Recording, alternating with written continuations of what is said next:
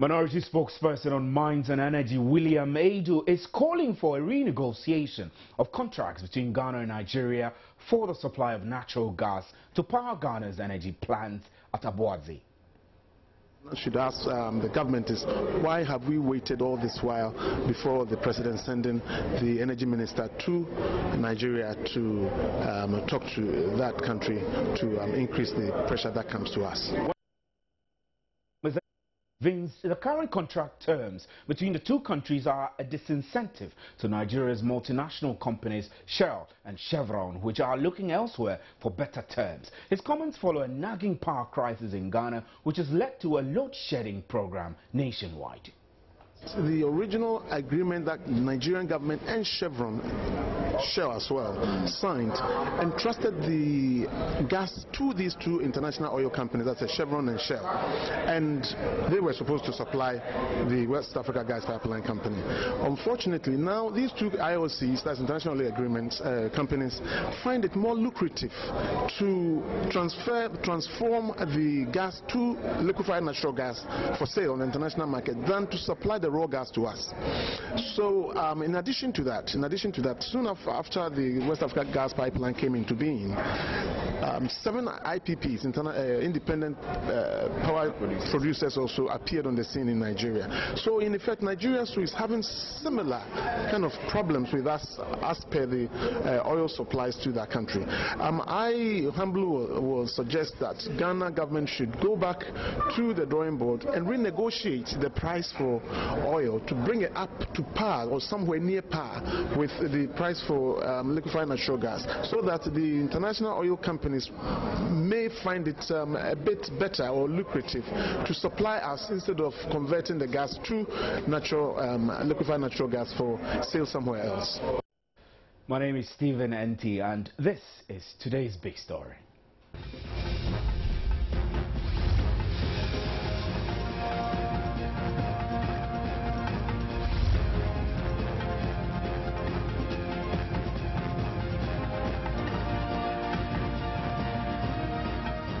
Well, William Adu now joins us on the phone to give us some insight into reasons for his call on the floor of Parliament. Good evening and thanks for joining us on today's big story.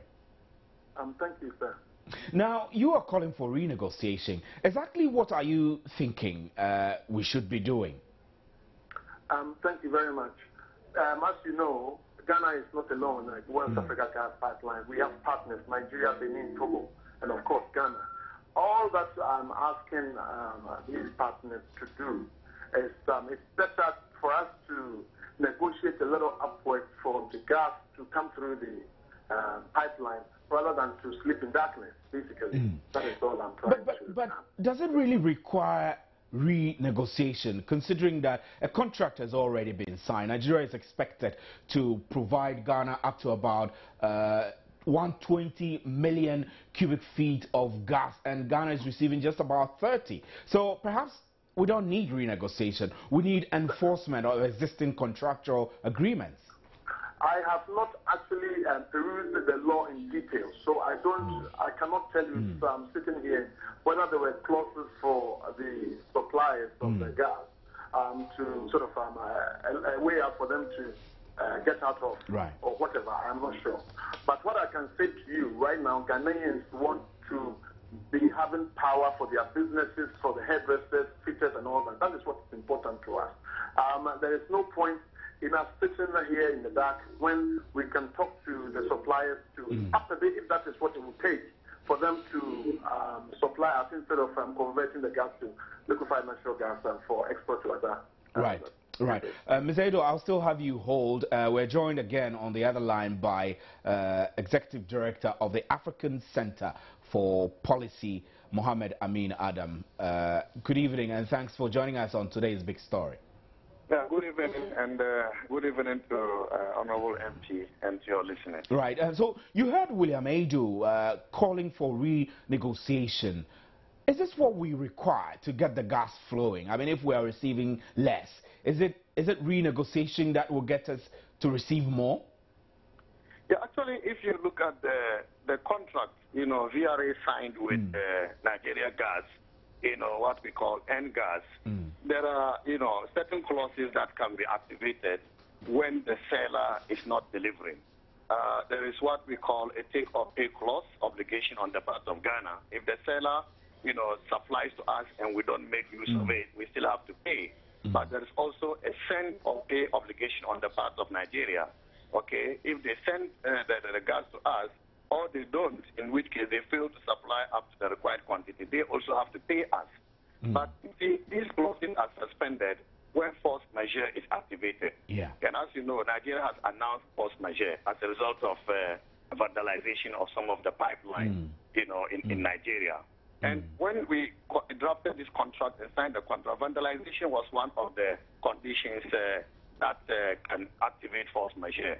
Because we knew the difficulties in Nigeria, the state of vandalism of oil infrastructure in Nigeria. And so based on this, I'm wondering what we can do.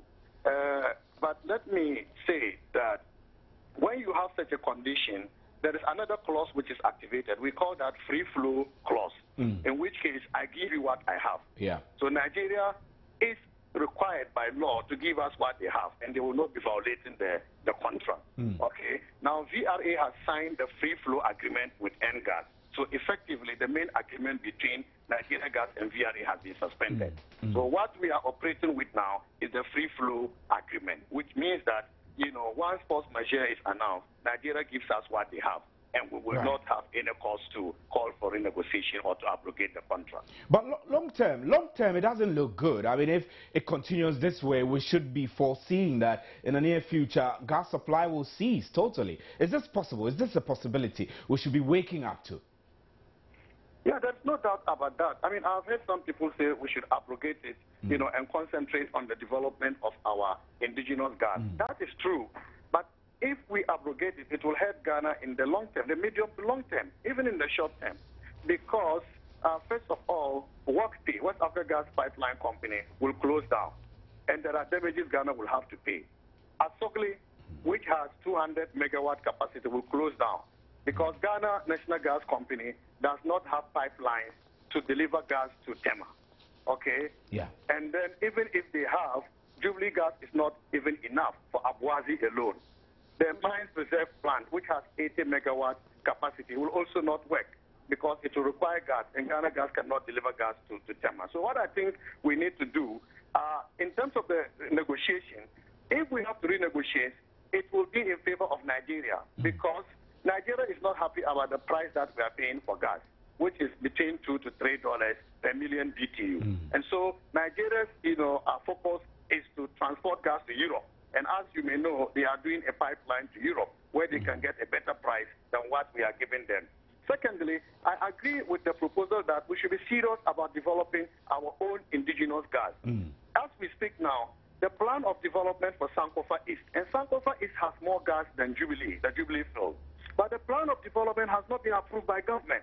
And so instead of coming on stream in 2016 or 2017, nobody knows when Sankofa gas will come on stream. We have also not solved the problem over who owns the Jubilee gas. Is it GNPC or Ghana Gas Company? That has not been resolved. And what is even more, we have not signed a purchase agreement between VRA and Ghana Gas Company.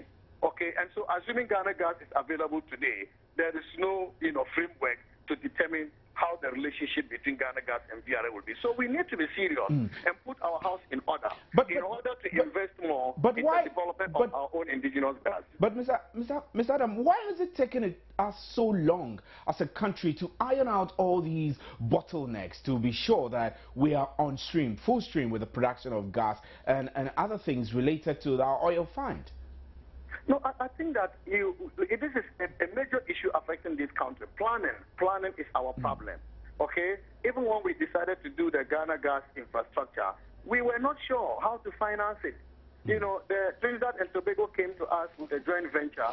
We put it aside. The World Bank came with a concessionary loan. We put it aside. Even the Jubilee partners, realizing that Ghana was going to lag behind time in developing the gas infrastructure and therefore preventing over re-injection of gas into the fields. They offered to fund it. We put that aside. We wanted to go to China. And as you know, the money hasn't come. So it's a matter of planning. But there's also the politics as to where do we go to get funding to finance such important infrastructure. And so we are all, where we are today. But I think that moving forward, let's put our house in order by, first of all, looking at how we can fast-track the development of Sankofa. That is very important because Sankofa will peak at 180 million standard cubic feet, far, far more than the 120 million standard cubic feet peak by Jubilee Field. And if we do that and sign the appropriate agreements in Ghana, we should be able to sanitize the gas supply situation in the country and save our country from the power shortages and the load shedding we are going through. Right. Let me get back to William Adu, minority spokesperson. So, Mr. Adu, you're hearing Mr. Amin Adam raising key issues of our inability as a country to put in place the appropriate planning measures to ensure that we maximize on the oil fine and subsequently the gas. Does it worry you as a minority MP? I mean, your party was instrumental in the gas fine and subsequently the laws that were passed, were put in place, were under your watch. What do you say to these?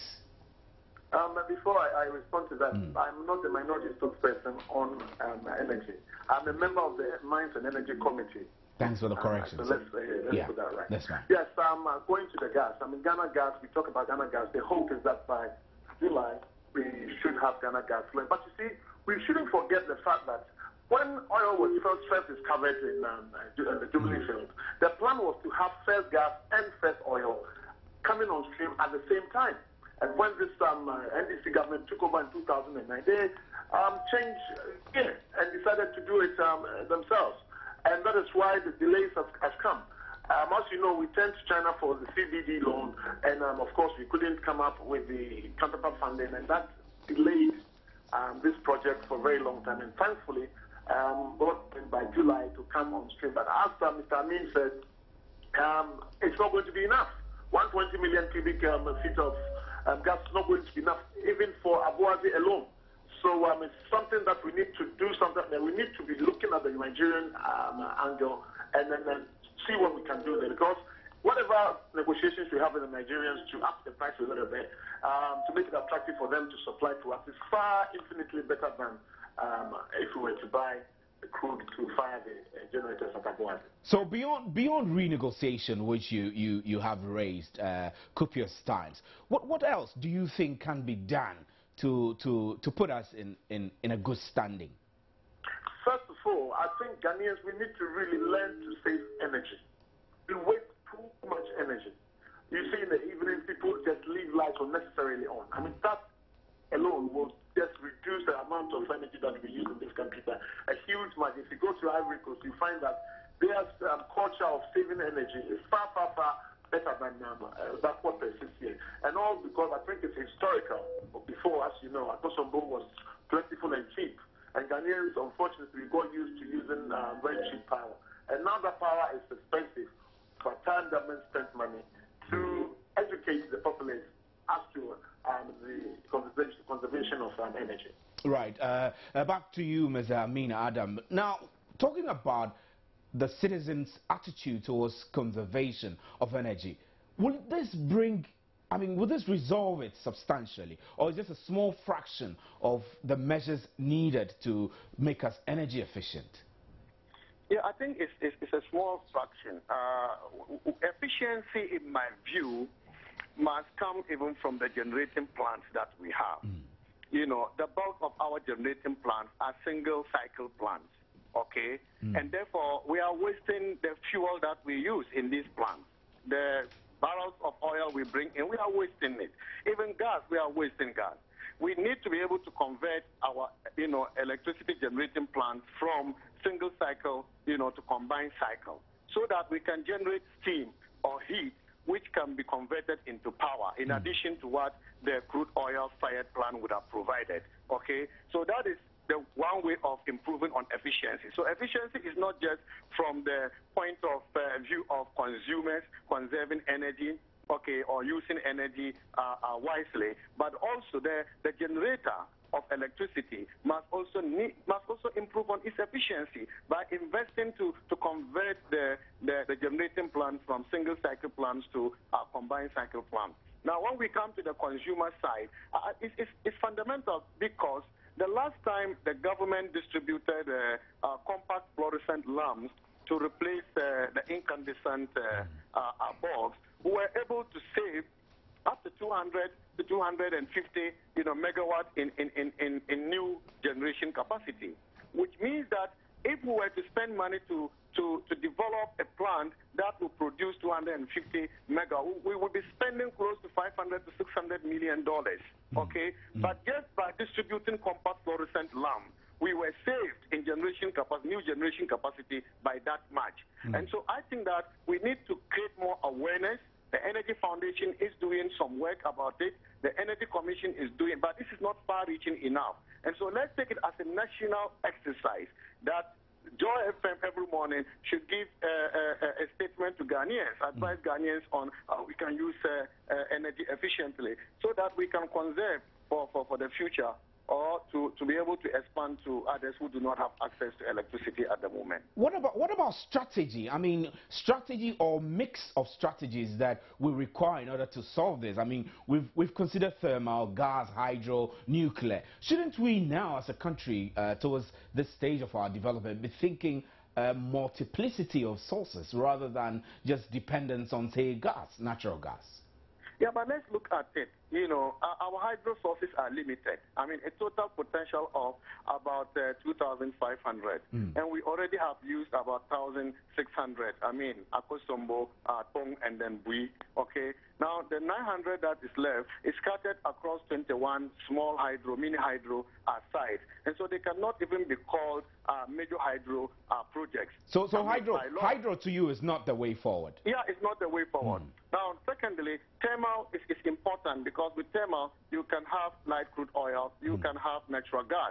If natural gas is not coming from Nigeria and we cannot also supply indigenous, gas to fire our plant, we have to find the money to buy the crude oil.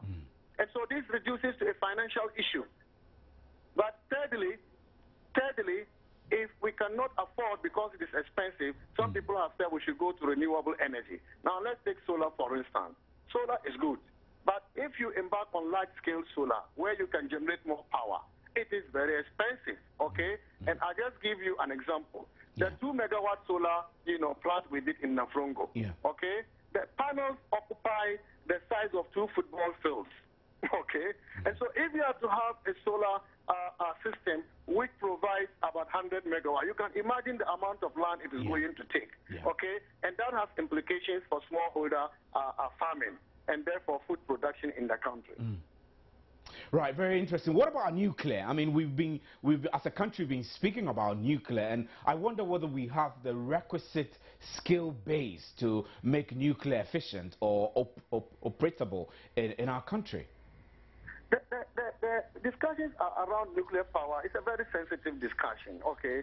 I know that the Atomic Energy Commission has developed capacity to the extent that they can operate a nuclear power system, okay? But it is also important to note that this is a very risky source of supplying power, and the damage could be so much for our country to cope with. Countries such as Japan are moving away from nuclear, okay? And Germany, they are moving away from nuclear. Why will Ghana be moving towards nuclear? They are moving away because of the consequences, And if we don't have the capacity up to the capacity levels that they have in their countries, why should we consider moving towards nuclear?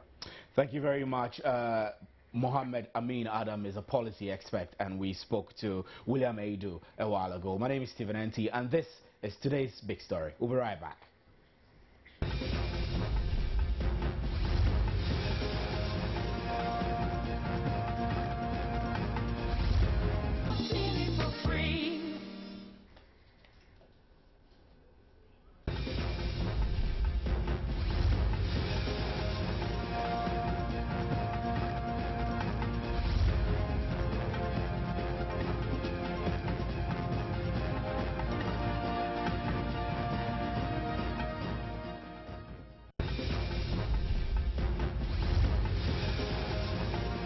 Also on today's big story, Child Rights International is appealing to the authorities of the University of Ghana to give preference to children who attend school at the university's primary unit. According to the Child Rights NGO, the decision must at all times serve the best interest of children in the regular use of facilities at the primary unit of the university. The appeal comes on the back of latest moves by the university to collect tolls from vehicles which use its roads. The university's decision to deny access to vehicles without the approved stickers on Monday attracted a lot of backlash, following which parents have since been given temporary passes to enable them drop and pick their wards from the primary unit of the university. We're making efforts to reach the executive director of the Child Rights International, Bright Appiah, to speak to us about this. But let's first listen to this. My question right here is, this chancellor is violating the Commerce Clause, which is freedom of movement, freedom of vehicles, freedom of everything. But if this person he keeps violating our freedom of movement, I think the education minister has the authority to fire this person, the chancellor. And if she did fire him in the first place, this second incident wouldn't have happened. Next form of action for us is we're going to lobby the education minister and make sure this chancellor gets removed from office. We went to inquire of the sticker and they said it's 400 Ghana per annum per vehicle. And we said, why? So they have repackaged the 1 cedi toll into the sticker. Then what kind of productivity are we talking about? What kind of productivity are we talking about? If you package a sticker, the toll into stickers, and the vehicles buy it, they will charge the students. Then we are back to square one. The truth is, I can bring out my money from my bag, the money to pay for the sticker. But I just think it's not fair. And in solidarity with most of the parents who are around here, I think we should let the authorities know they are not doing the right thing. They knew we're not staff of the University of Ghana, and yet they admitted our awards here. They've been here for a while. We pay more fees than they do for the awards, and that is fine with them. So why the sudden thing that if you think we can't pay 400 Ghana cedis a year or 150 Ghana cedis every 3 months, we should withdraw our children in the middle of the term, in the middle of the academic year? Which school will admit them? That the VC says education is not for the poor, and therefore if you think we are too poor to pay that amount to bring our children, we should withdraw them. If he did say that, it's very unfortunate. Well, meanwhile, authorities at the University of Ghana appear to have eased restrictions on parents who had wards in the school on the campus after yesterday's standoff. The parents had protested Monday a decision by the university authorities to deny them access to the campus through the Gimpa gate by blocking the road with their vehicles, though the university authorities have been unavailable for comment. And we've been unable to reach Bright Appiah, who earlier agreed to speak to us. But this has been today's big story. We'll take a break. We'll be right back with an interactive segment. Stay with us.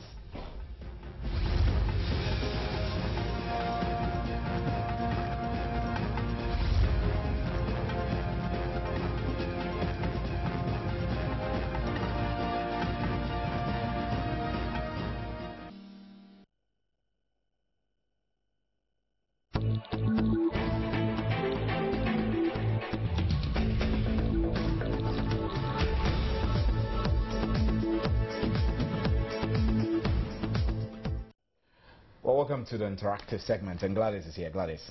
Hi, Steve. Trending. What's trending? We're talking Ghana Police today. Ghana Police and bribery. You know they have launched this campaign, anti-bribery campaign. Yeah. So that's what we're looking at. Have you ever been bribed? I didn't want you to ask me that. Have I bribed the police before? So the question is, have you bribed or have you been humiliated by the police for not bribing before? Yeah. Which one? Well, the first one or the second? Both. So. Right. Let's hear what other people have to say. I mean, I've been terribly humiliated by the police before. For not paying the bribe. Well, it wasn't like they come out to say pay bribe, pay bribe. Of course, they never come out, but we'll process you for court. We'll process you for court, and then they take 4 hours to process you for court, man. And you're already sweating. You want to go home, maybe sleep. I mean, I recently had a bitter experience with the police. You went home. You know. Yeah, you know. Anyway, I better not say it, man. All right, so let's hear what everybody has to say. Right, Steve. Thank you. Yeah. My name is Gladys Osei Oredu. Let's get interactive right here on Joy News on Multi TV.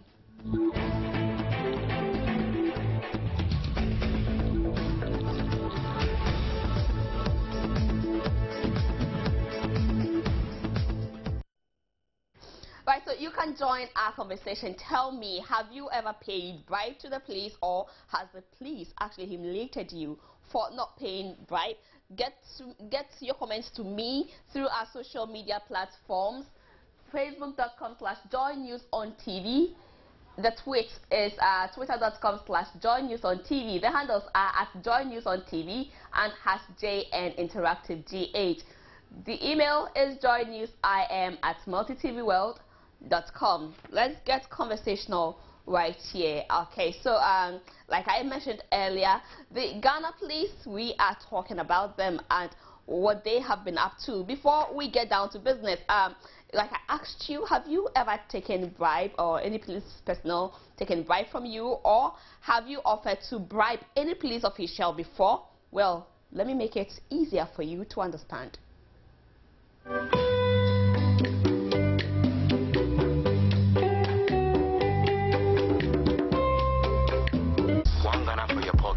What you they go do for the club? 2 Ghana for your wallet. Charlie make you go sports. What's up? 1 Ghana for your pocket. What you they go do for the club? 2 Ghana for your wallet. Charlie make you go sports. What's up? Charlie, what's up? 1 Ghana, what's up? What's up? What's up? 1 Ghana, what's up? What's up? Charlie, what's up? 1 Ghana, what's up? What's up? Charlie, what's up? 1 Ghana, what's up? What's up? Charlie, he no fresh. She get boyfriend. We be lovers. For the undress, she the undress. She the one get to the wonders. In me boxers, she give me more head till I just head. A performance for the Oscars. Whips topless, chicks topless. Spit hardest, you know go fi contest. Fans they love us, they adore us. We be the ballers, cause we the force, yes. They more not us, track monsters. You never saw us, Charlie, you for don't specs. You know else just like chocolate. And I know bosses. So I believe now you have a better picture of the issue we're talking about here. Have you suffered brutality in the hands of any police official before? What exactly happened? The video you're about to see is an example of such police brutality. It happened in Ashaman last year.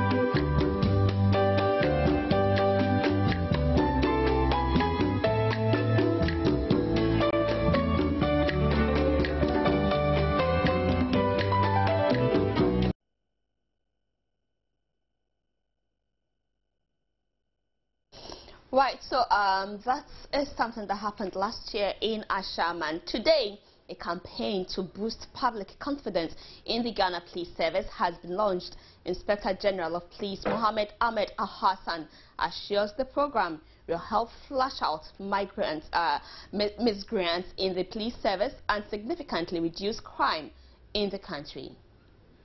All agree with me that over the years, the image of the Ghana Police Service has attracted unwarranted comments, especially from the general public. This is as a result of the shameful and disgraceful acts perpetrated by a limited number of our personnel. For this reason, the service has over the year been working hard to address some of the complaints from civil society groups, the media, the public, and other agencies. To effectively address these challenges, to reaffirm public confidence in the service, a critical self-assessment was undertaken by the police administration. We are going to partner stakeholders in rolling out a sensitization program for the public to know their rights as citizens and the role of police in a democratic system, including the reporting of police abuse and misconduct. We have started and will continue to enforce the use of new badges of authority and service number on reflective jackets to enable members of the public report misconduct by any police officer in his or her line of duty. We are also undertaking internal sensitization campaigns for members of the service, as well as strengthening the disciplinary procedures so as to have a fast-track system of flushing out miscreants in the service.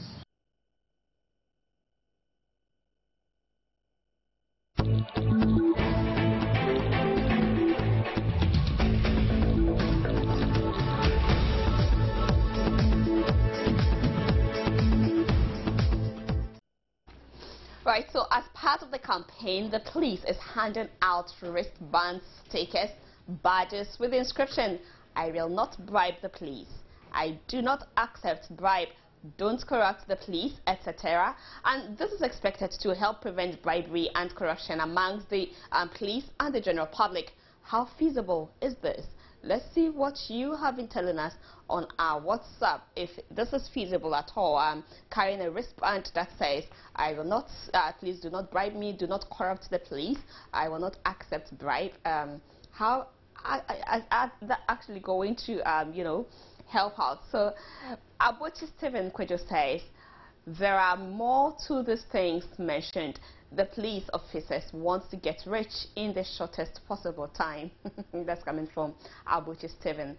Eric Oshre says, after the police have acquired training and posted, there should be a follow-up. That's coming from Eric Oshre. Thank you, Eric, for contributing. Batalera Richard Adiga says, if the information the IGP says is true, then they should try and abolish that law, since it is sinking the image of the Ghana Police Service. All right, so that's also coming from Richard Adiga.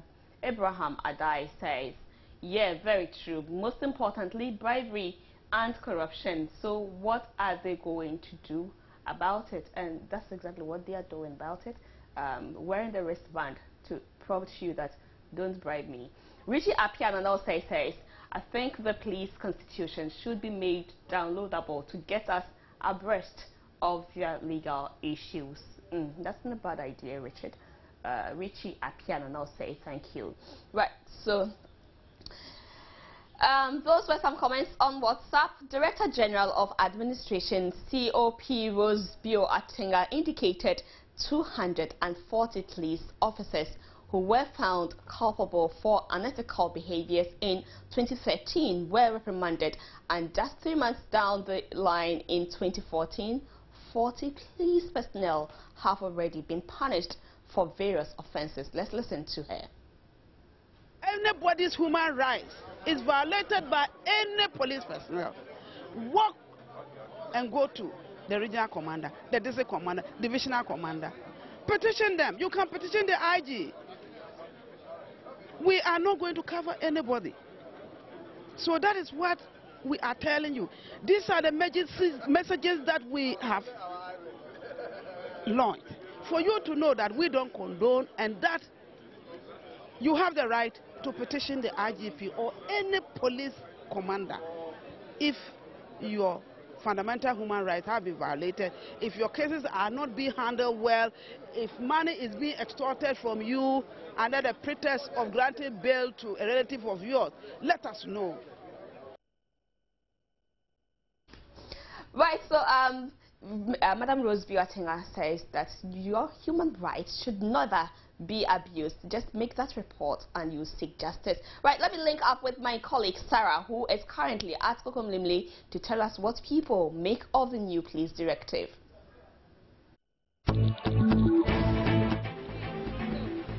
Hello, my name is Sarah, and thank you, Gladys. This is still JN Interactive. I'm here today in Kokomlemle discussing with individuals the issue of police corruption. Today, the police launched a campaign stating that they would stop accepting bribes from individuals and that they would stop asking for bribes as well. Do you think that this campaign will be effective? And have you been affected by police corruption? Welcome information. Basically, putting the bans and the tags around the police will not really change the attitude and the way they act on the road. But conscientizing them, doing more of announcement and trying to train them and trying to let them understand that being a policeman is not necessarily tormenting or worrying road users, and also making the road users also understand that you need to do the right thing, so that the two parties will understand the main purpose of this information which is out now. If the public is able to understand that the police are friends, they are in to protect us, and if the police also understand that the drivers or the road users are also friends to the police, it will put a very good relationship, whereby when I fought, I understand that yes, I fought, I go to the police, I do the right thing, but not necessarily when I know there's a mistake that the police has to waste my time, take me to the station, lock me without any reason. If all these things are being advised and try to educate the public about it, I am assuring you that drivers in itself will not even want to even bribe the police, and the police itself will also not really want to take money from road users. No, it will not work. The reason why I'm saying that it will not work is that because even see the time they increase their salary, but still they are collecting bribery. Anytime vehicle, especially the taxi drivers and the total drivers, they are facing problem. Although they have increased their salary, but still they are collecting bribery. So if this, they say they have show new policy or they are bring new thing on their their system, it will not work. To me, it will not work. It will not work at all, because police people, especially police people, are corrupt. No, I don't think so. I don't think it will work because due to the economy and how things work in this country, I don't think it will work because most of the people may need something in some ways, but to get it, you have to maybe give the person or the police some money so that you can gain your way out or in some ways.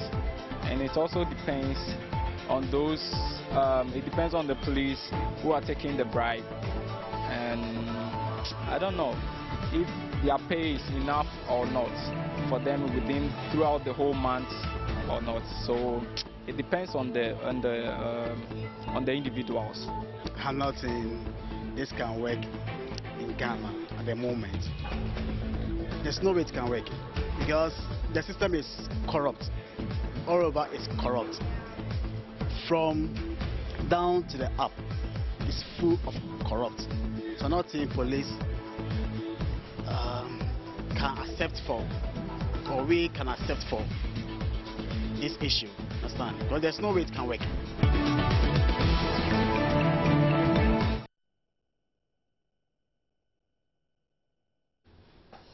Right, so those are some of you expressing your views to us about whether you have ever paid bribe or not. Well, so we asked you to also share your views and comments with us on our social media platform, Facebook, and you have been doing just that. So if you have just joined us, we are looking at how you have corrupted the police, and we asked you, have you in any way also bribed the police before?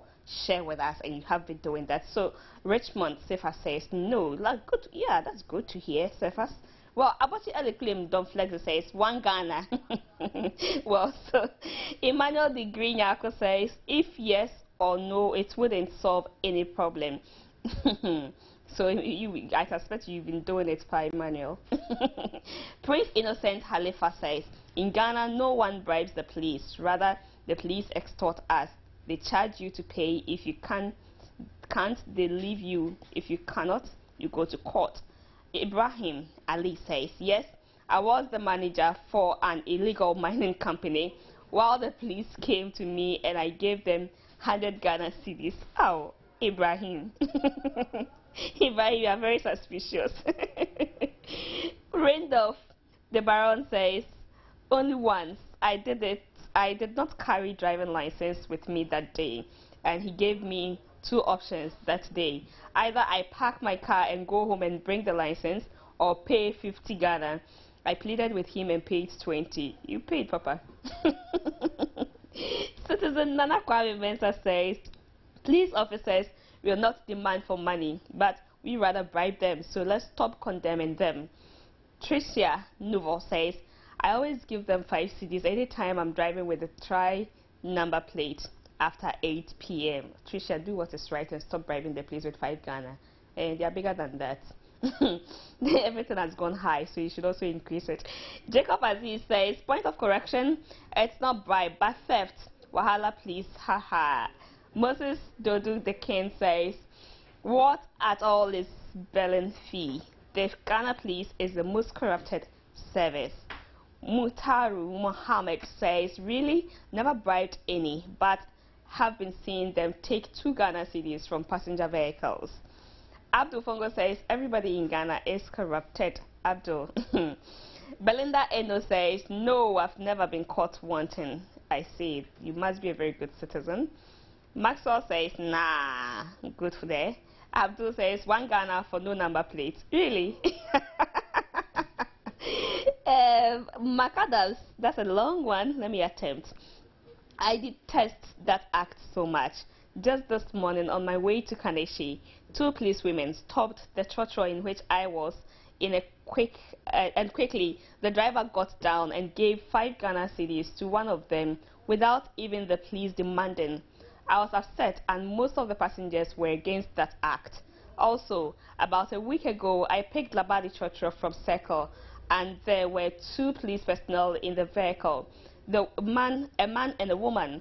The lady paid and the guy didn't even make an attempt of taking his money from his wallet, and the conductor ignored him. So I asked the conductor, won't you collect his money? And he said he will. After collecting everyone's, he asked him for his money and paid only 50 pesos instead of 80 pesos. Most policemen who sit in commercial vehicles, especially trotro, are fond of not paying, and the conductors too can't ask of cause of fear. But I believe that as law enforcers, they are not above the law and are to know the laws better. And for the drivers, if they do what is right, they will never have to be afraid of them. Well, Macadams, it's true. If they do what is right, they don't have to be afraid. But sometimes they just are not in the wrong, but the police will definitely make sure they find them in the wrong. Isaac Apia in Giza says, the truth is, you don't bribe the police, they rather demand it for no apparent reason. And Emmanuel Apia says, cheer please. Isaac Ingiza again says, if you don't want to be delayed unduly, then you have to pay your way out. Wind of Sapon says, why do you want to shift some blame on civilians? The whole police force should be made to face a psychologist, because even the poorest man on earth may want to be free from an offense, and if the police is ready to take 2 cedis, who won't pay? Osman Abudu says, everybody is corrupt in his or her office, but not only the police. I will also use this media to advise my dear policemen and women to stop their open bribes they have been collecting. Are you suggesting they should disclose it a bit? Majid Abudu says, it was a hectic day for me. It was a hectic day for me. I was asked to pay 5 Ghana cedis for riding without helmet when I was having only 1 Ghana with me. Haha, police are really something else. Adam Zakio says, I have ever bribed the Zoom police with 3 cedis, but for the original police, I'm yet to bribe them. Noella Alice says, every department is corrupt, so leave them alone. Who bribed them? Not be you and I. Okay.